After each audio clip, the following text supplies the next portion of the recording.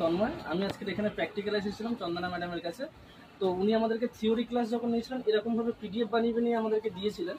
এখানে সব রকম রোগের এবং মেডিসিনের সব কিছু ডিটেলস দেওয়া আছে এবং আমাদের যেগুলো এর মধ্যে নেই অনেক রোগ, কারণ অনেক রোগ পিডিএফ এর বই তৈরি হয়ে যাবে, ওই কারণে উনি ছোট ছোট করে অনেক খাতায় লিখিয়েছে আমাদেরকে।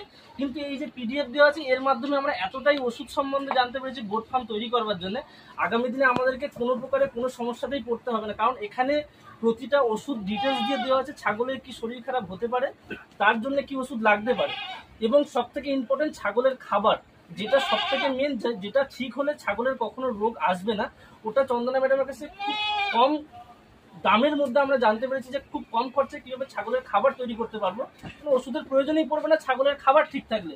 ওটা চন্দনা ম্যাডামের কাছ থেকে আমরা জানতে পেরেছি। ওটা চন্দনা ম্যাডামের কাছ থেকে ক্লাস যারা নেবে একমাত্র তারাই জানতে পারবে।